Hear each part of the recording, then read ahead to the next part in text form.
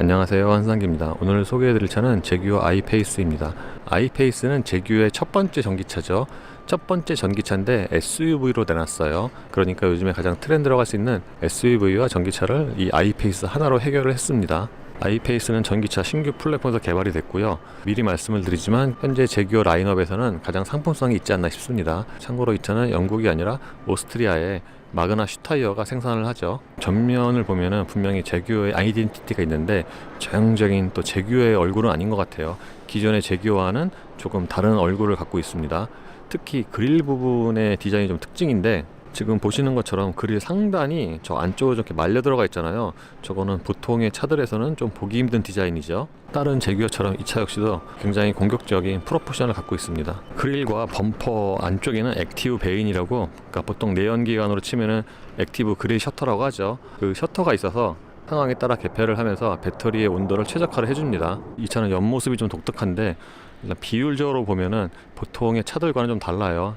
예를 들어서 전장이 4600mm가 조금 넘는데, 그에 반해 휠베이스는 2990mm, 그러니까 거의 3m, 보통 기암급에나 적용이 될 정도로 휠베이스가 깁니다. 전장 대비 휠베이스가 상당히 긴데, 이거는 역시 전기차라서 가능한 비율이겠죠. 그래서 제규어에 따르면 실내 공간도 굉장히 넓게 뽑았다고 합니다. 저 도어 손잡이의 경우에는 평소에는 보이지 않다가 키의 버튼이나 터치를 하면은 이렇게 튀어나옵니다. 테슬라와 같은 방식이죠. 이것도 역시 그 공기저항을 최소화하기 위한 건데, 이 아이페이스의 공기저항 개수가 0.29밖에 안 돼요. 그러니까 SUV 치고는, 또는 키가 좀 상대적으로 큰 차 치고는 공기저항 개수가 꽤 낮은 편이죠. 뒷모습은 통상적인 디자인과는 완전히 달라요. 이 차가 SUV로 규정을 한다면은 더 특이하게 보이죠.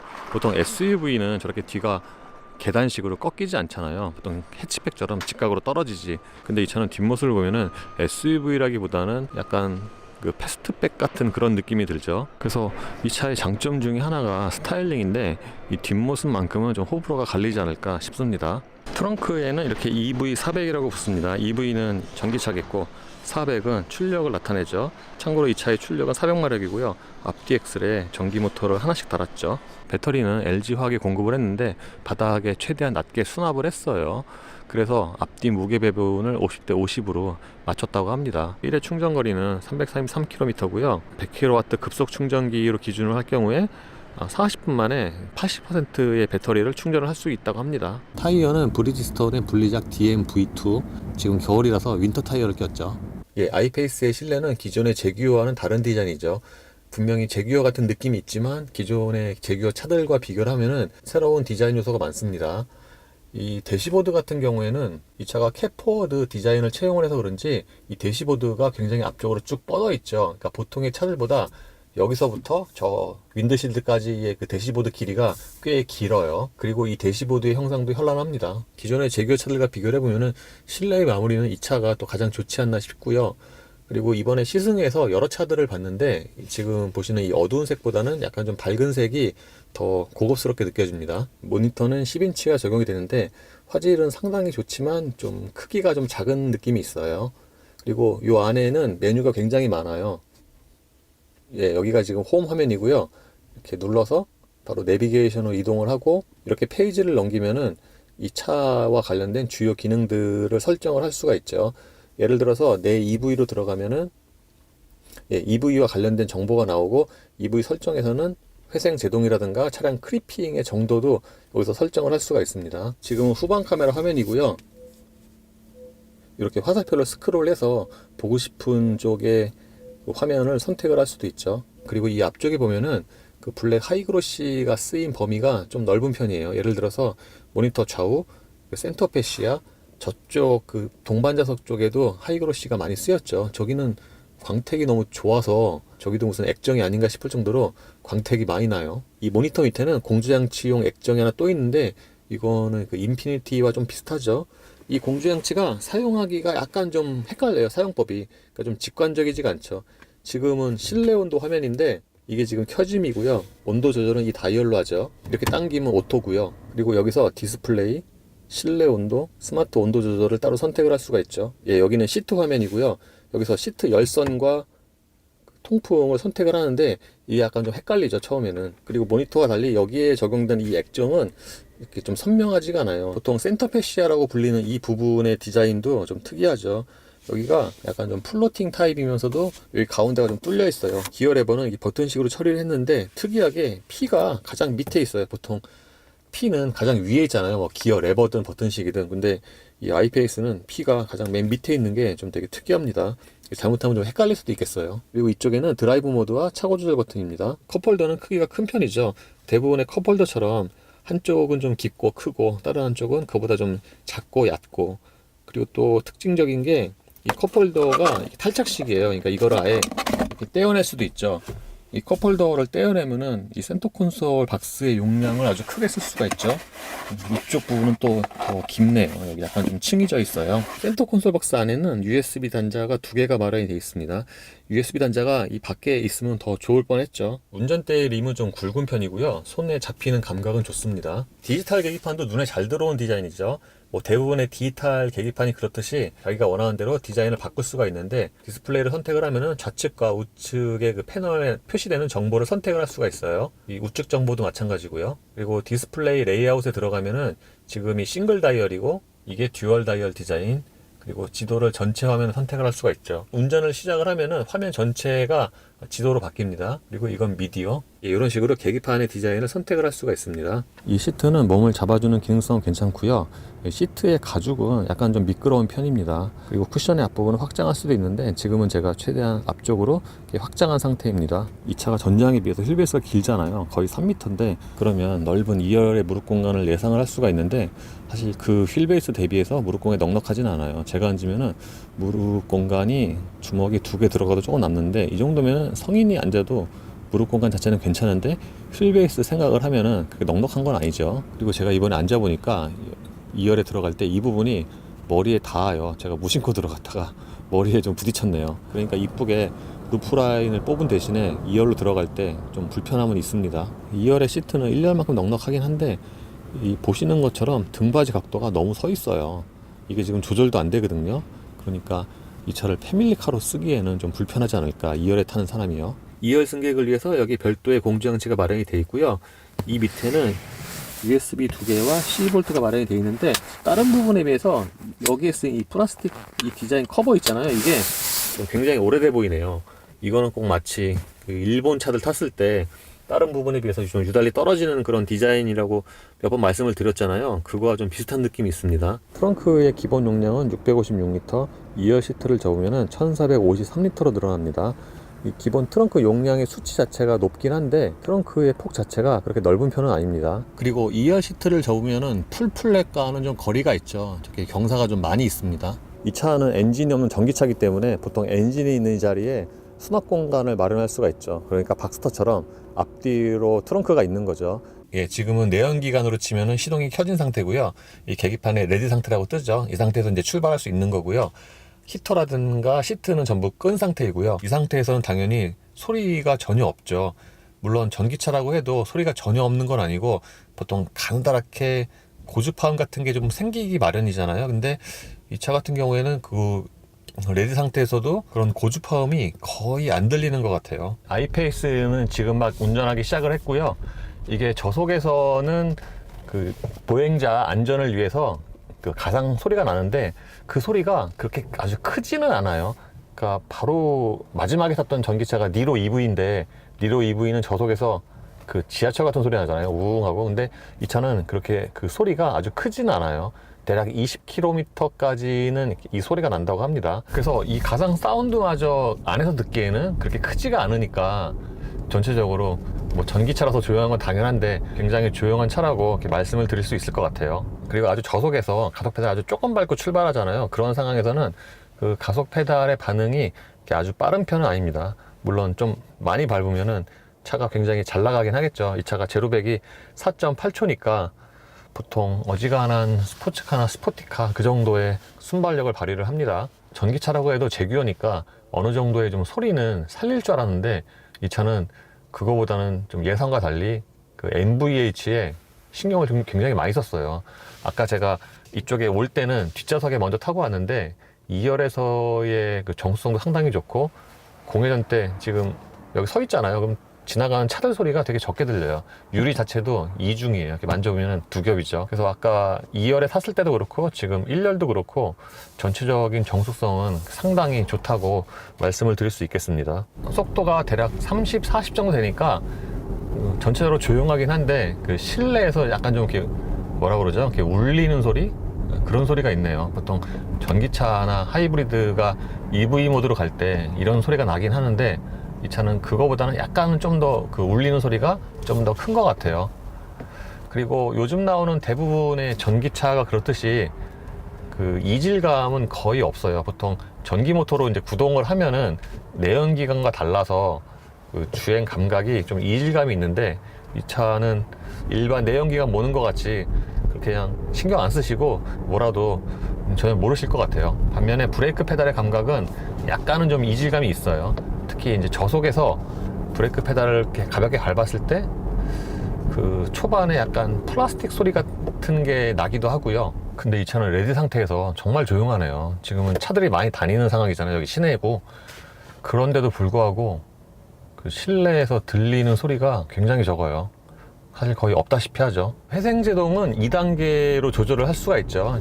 아까 제가 처음에 시작할 때는 낮음이었고 지금은 높음으로 바꿨는데 이 상태에서는 그러니까 소위 말하는 원페달 드라이빙이 가능하죠. 지금처럼 이렇게 가속 페달 쭉 밟고 가다가 이렇게 발을 떼면은 이렇게 엔진 브레이크라고 하죠. 보통 내연기관이면 이렇게 강하게 걸리는데 이렇게 주행을 하다가 신호 대기를 만났을 때 이렇게 발을 떼면은 이렇게 자연스럽게 속도가 줄어들죠. 완전히 멈추는 것까지 가능합니다. 이게 장단점이 있는 게 이 높음으로 설정을 하면은 이렇게 원페달 드라이빙도 가능하고 다른 말로 하면은 브레이크 패드의 수명도 좀 길게 갈 수가 있고 충전도 좀 빨리 되잖아요. 이렇게 장점이 있는데 단점으로는 이제 승차감이 좀 떨어지죠. 대부분의 전기차나 PHEV에게 해당되는 건데 어쨌든 이렇게 높음으로 설정을 하면은 그 승차감이 좀 떨어지는 그런 단점은 있습니다. 근데 이게 보통 4단계 있는 차들 많거든요. 볼트 EV도 4단계고 최근에 탔던 차는 4단계를 많이 본 것 같은데 이 차는 2단계고 그래서 그런지 그 회생제동 높음으로 설정을 했을 때 발을 딱 떼면은 그 승차감이 좀 떨어지는 게 그렇게 아주 강하진 않아요. 제로백이 4.8초라고 그랬는데 확실히 순발력은 대단하죠. 보통 전기차가 굳이 이 차는 400마력이잖아요. 400마력까지 안 되더라도 순발력이 굉장히 좋은데 왜냐하면 전기 모터는 내연기관과 달라서 0rpm부터 최고 출력이 나오거든요. 최대 토크가 나오는데 이 차도 정지 상태에서 가속 페달을 꾹 밟으면은 앞에서 끌려간다기보다는 뒤에서 확 하고 좀 밀어주는 느낌? 그런 게 더 강해요. 그래서 순간적으로 몸이 좀 젖혀질 정도로 강한 가속력이 나오는데 근데 테슬라 모델 S와 비교하면은 그 가속감 자체가 그 정도로 이렇게 빠른 건 아니에요. 그리고 이것도 역시 다른 전기차와 같은 특성인데 대략 이 정도의 속도가 올랐을 때 그러니까 대략 뭐 90이라든가 100 상태에서 가속을 하면은 당연히 순발력만큼은 아니지만 보통 내연기관은 그와 비슷하게는 나오잖아요. 근데 이 차는 그 순발력, 그러니까 정지 상태에서 출발하는 것과 대략 이 정도 속도가 붙었을 때 급가속하는 것과는 차이가 굉장히 크죠. 90에서 급가속을 하면은 킥다운을 하면은 가속감은 그냥 밋밋합니다.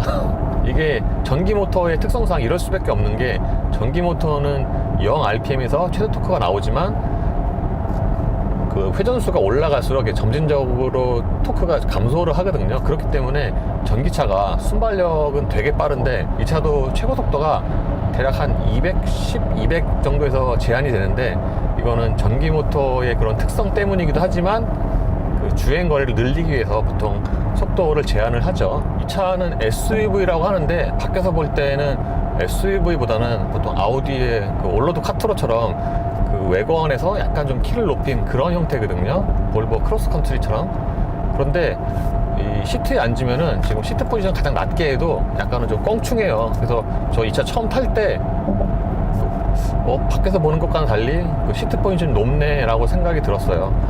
그래서 그런지 그 전방의 시야는 되게 잘 들어오고요. 좌우의 시야도 좋은데 이 후방의 시야는 저 뒷유리 그 면적이 좀 작다 보니까 그렇게 좋다고 할 수는 없죠. 그리고 제규어의 또 특징 중에 하나가 이거 앞유리 열선인데 이렇게 약간 신경 쓰면 보이는 이 앞유리 열선은 제규어의 특징 중에 하나죠. 이게 처음엔 안 보이는데 한번 눈에 들어오면 계속 들어와요, 이 앞유리 열선이. 아 참, 그리고 급가속할 때는 이 운전대 칼럼 있잖아요, 거기서 약간의 좀 잡소리도 생겼어요. 그리고 급가속을 할 때는 그 엔진 사운드, 그러니까 엔진이 막 회전수 높여서 돌아갈 때 그런 소리가 좀 희미하게 들리는데, 이거는 좀 가상 엔진 사운드 같죠. 이 차는 브레이크를 그렇게 세게 안 밟아도 그 감속을 할 때 좀 앞으로 좀 이렇게 많이 숙여지는 그런 느낌이 있네요. 예, 이렇게 쭉 가속을 해보면은 급가속할 때 약간 엔진 소리 같은 게 들려요. 고속에서의 안정성은 꽤 좋은 편이라고 할 수도 있는데, 고속으로 직진할 때 보면은 이 차가 이렇게 좌우로 좀 약간 흔들려요. 그러니까 이게 흔히 말하는 그 롤링처럼 이렇게 출렁거린다기보다는 그냥 중심 부분은 좀 단단하게 지지를 하는데 좌우로 약간 좀 흔들리는 느낌? 시트도 그렇고요. 그리고 승차감은 앞이랑 뒤가 좀 차이가 나네요. 제가 뒤에 타고 왔을 때는 생각보다 그 뒤에 서스펜션이 좀 단단하다 그런 느낌이 있었는데, 앞에 타니까 약간은 좀 이렇게 부드럽고, 다른 말로 하면 약간 좀 이렇게 제규어 특유의 그런 헐거운 느낌, 그런 느낌도 있고요. 드라이브 모드는 에코와 컴포트, 다이내믹이 있는데, 이 다이내믹으로 하니까 그 초기 가속 페달 반응이 달라지는 건 둘째치고 소리가 가장 크게 달라지네요. 소리가 아까 제가 그 엔진 사운드 같은 게 좀 이렇게 희미하게 들린다고 했잖아요. 그거보다 훨씬 크게 들려요, 이렇게 가속을 밟으면.